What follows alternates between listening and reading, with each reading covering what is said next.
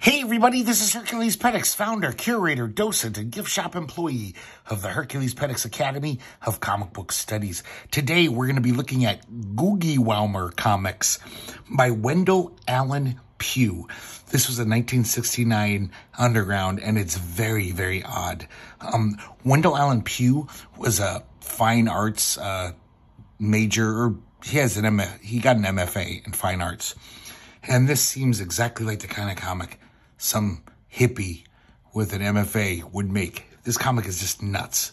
It's a very singular vision of, almost makes you beg the question, why would you even bother? But I don't know why I kind of like this comic, and I can't explain why. But in the Comics Joint underground comic site, they said that this comic was the perfect example of how during the heyday of the undergrounds, during the boom times, print mint would print anything that came through the door. And, you know, they'd print 10,000 copies. There's 10,000 copies of this were made, and barely any of them sold. And apparently years later, there were still thousands of copies in a warehouse. So, not a very well-loved comic. And I don't understand why I kind of like this. It's just so nuts.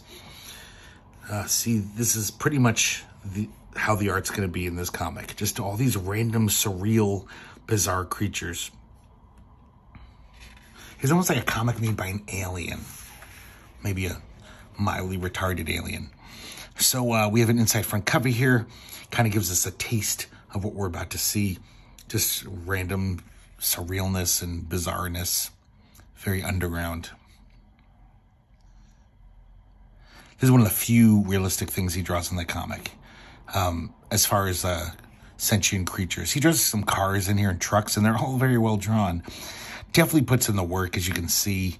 He loves to do all these little curlicues and elaborate shading. But he's drawing just these crazy creatures. And so we start off. This is pretty much the story that's going to run through the issue. Super Gerb is they're like amoeba trees. Or amoebas, and I don't even know what they are. Like, they're just alien. And it says that Super Gerb is a defender of truth and justice, bulwark of freedom, champion of the underdog. So it's almost like he's a superhero, but a very strange one. So we see a nice little logo here, The Adventures of Super Gerb, written and drawn by Wendell Allen Pugh. And just to make it even weirder, as if the art wasn't weird enough, a lot of panels, they're just speaking nonsense language. Fargle, Neagle, Bleagle, Feagle, Spiegel, and so on. And it almost reminded me of Chester Brown's Underwater, which pissed off a lot of people because, like, 5 issues, there wasn't a recognizable human word, or at least a few here and there, but not much. And so this weird creature is just having various thoughts, thought balloons full of pictograms, and then all of a sudden, Shazam! And they go through, is this mitosis, cell division? They become 2 separate entities, even though they're still known as Super Gerb, and the narrator will often use the singular when referring to them as he instead of they. Oh, heliotropic octogenesis. Exciting goos, exciting news. So when they do speak English, it's always like this weird kind of silliness. And this is a catchphrase of one of them.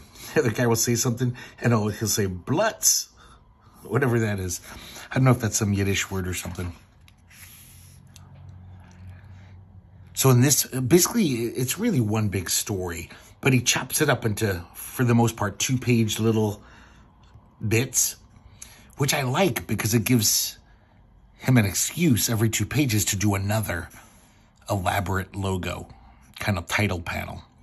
And they get more elaborate, and they're pretty nice examples of lettering and design, and they're pretty appealing. See, this is him drawing a car, very nice, well-drawn car. In this episode, they meet Narmer the Charmer, a complex millionist, which I don't know what that is. And he's just this crazy character. It looks, he has like 3 cannons for a face.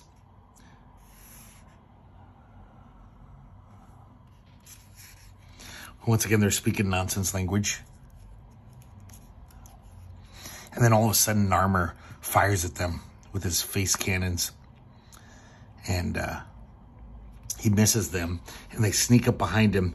And I guess he's got a zipper in the side of his body. And they pull it down. And all this money comes out. And it kind of disarms him. I knew he was nothing but hot air and money. Blutz.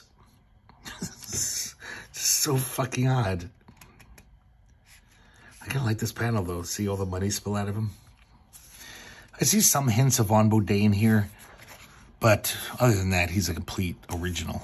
I don't know if that's a good thing. A lot of people would be like, no, please.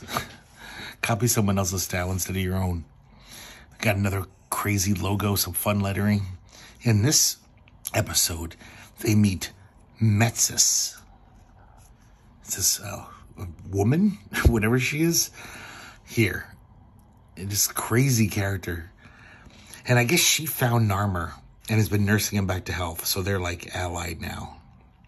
They're a little axis of evil.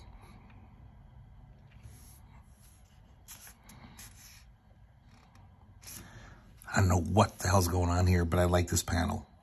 It's just nuttiness. I like how even within word balloons, he'll change the lettering style.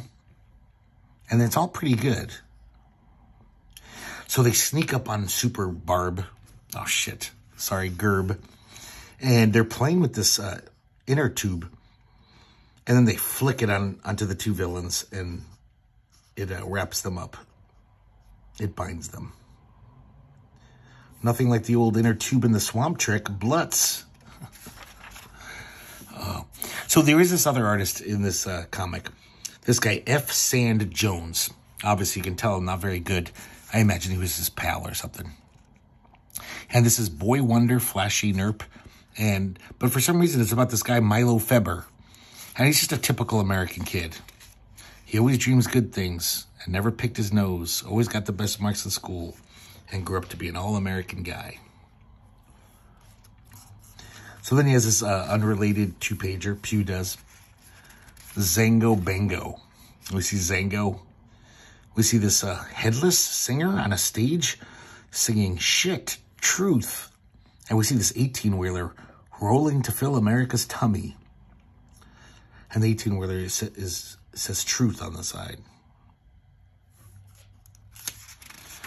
And then Bango. Now the singer is saying Shit, Beauty.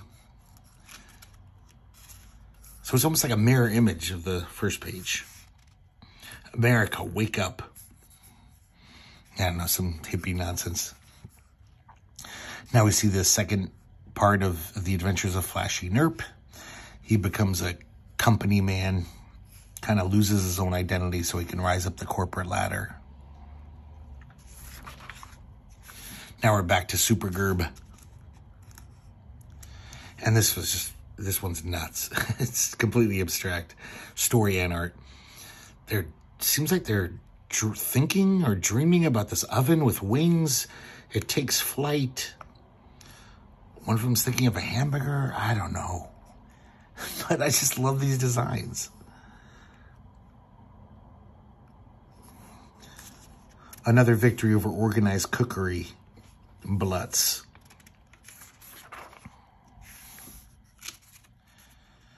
This is an unrelated 2-pager by Pugh. Just some high surrealism going on. I like this, the little border designs or a toothpaste being squeezed out of a toothpaste holder.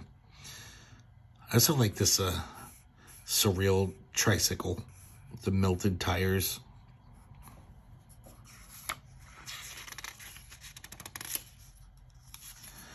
Very typical late 60s stuff. What's good for business is good for everyone.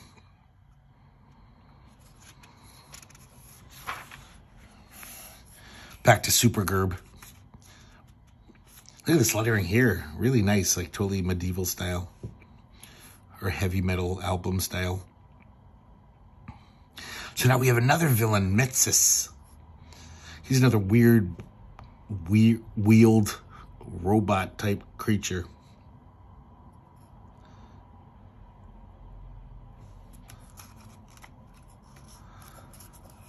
I don't know what's going on. Another beautiful car. I guess this is his ultimate weapon. This is his beautiful old car. I think he's going to use it to lure our heroes.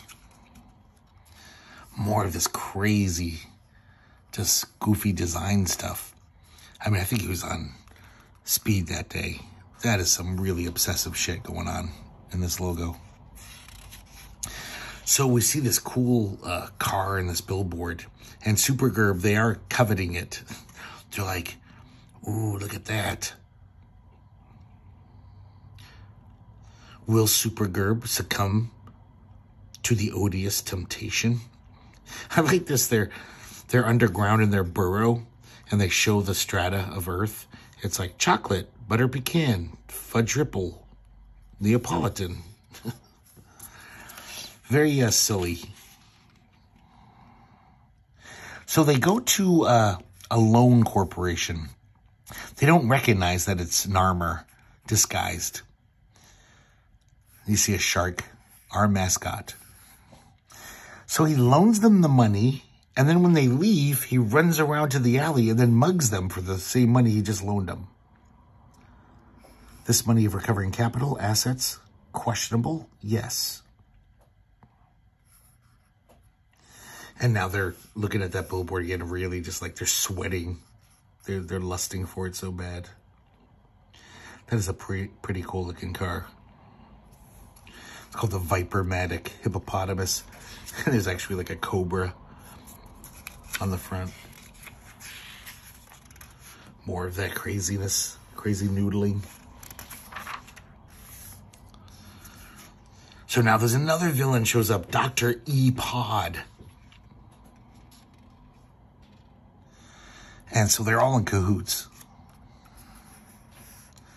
And so they come into his office. He says he'd like to give them an injection. So they run away. And this is really interesting what he does here. He makes the natural flow of the comic page. He basically makes it go the other way with these arrows. So even the word balloons read this way, as if you were reading a manga all of a sudden. And they run away from the doctor, and they go into this dressing room for some reason. And I love as they're getting there, though, one of them says, if we run this way, we'll end up on the wrong side of the page. Which I guess technically they do, unless you're in Japan. And Dr. E-Pod is outside, banging on the door.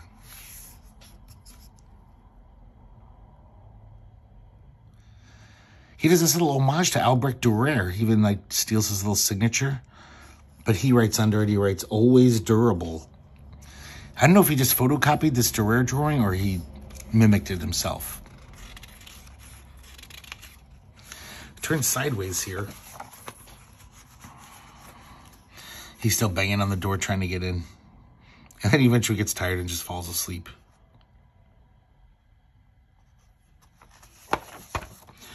Another chapter in the saga of Flash E-Nerp. Oh, he's changed his name. And he's just living that plastic, fantastic lifestyle. He's a big, rich guy. But then he says, something is missing. Will he find it? We'll never find out, though. Back to Supergerb. It's almost like one of them is dressed up as a psychiatrist. And it's almost like they're playing psychiatrist. He has a diploma from the Daffy Duck School of Nursing.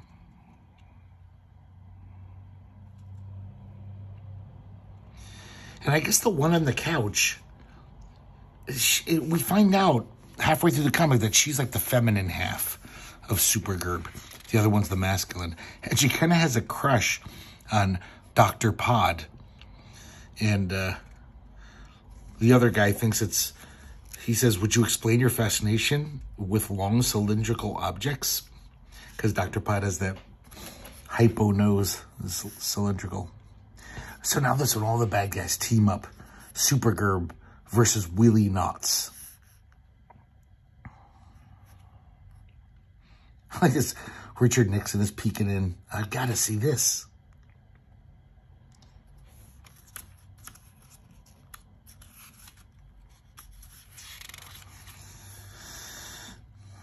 So, half a Supergerb says, I think we can beat them with this new weapon, lowering your gravity center. And he says, I'll show you. I like this. It's just this little runner, this marathon runner, popped out of nowhere. And he says, I got to get to the next page to see this. He's all in a hurry. He's really excited to see what happens. Man, I just love these crazy designs. This is the kind of stuff that reminds me a little of Baudet, but obviously very different style. Nice shading here. So they're kind of very lackadaisical villains. They're basically playing poker. And it's almost like they forgot about fighting Supergerb.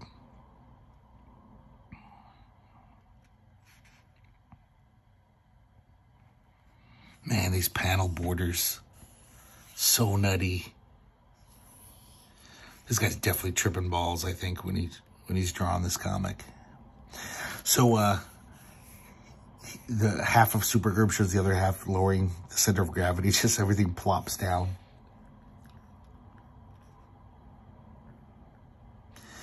And says, what'd you think of it? And the other one says, that's the most potentially ineffective weapon I've ever seen. And the guy from the page before, the runner, is like, this is disappointing. He's all crestfallen. He was all excited. And I was just like, oh, that's pretty lame.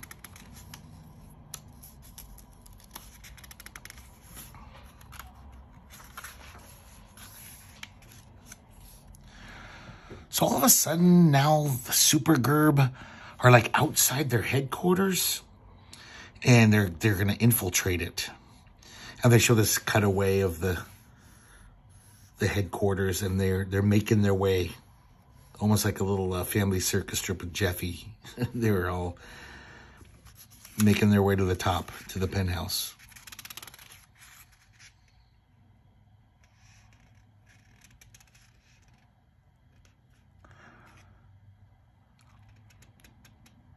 So one of them is getting tired. The female one's getting tired on the way up.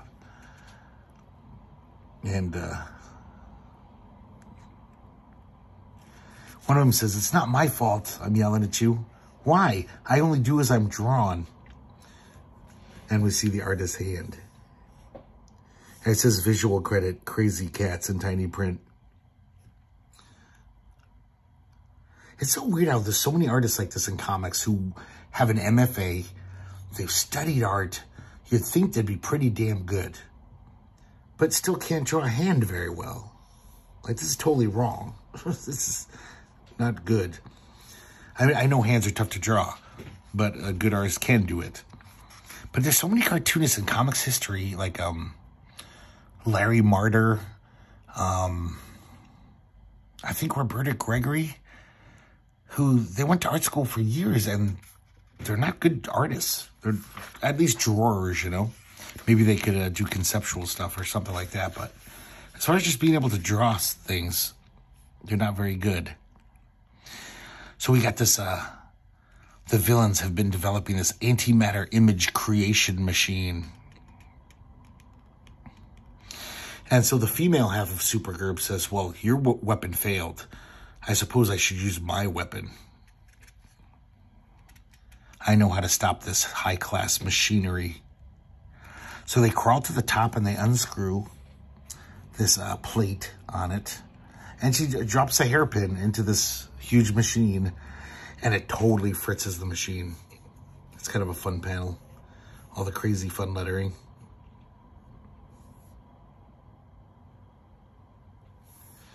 And they jump for joy. Because they beat the bad guys.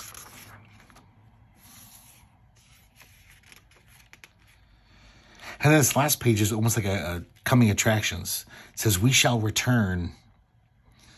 And it says, who are these villainesses? Watch for Norba Lubra, the Lubright sisters in the coming issue. Next issue in 3 months.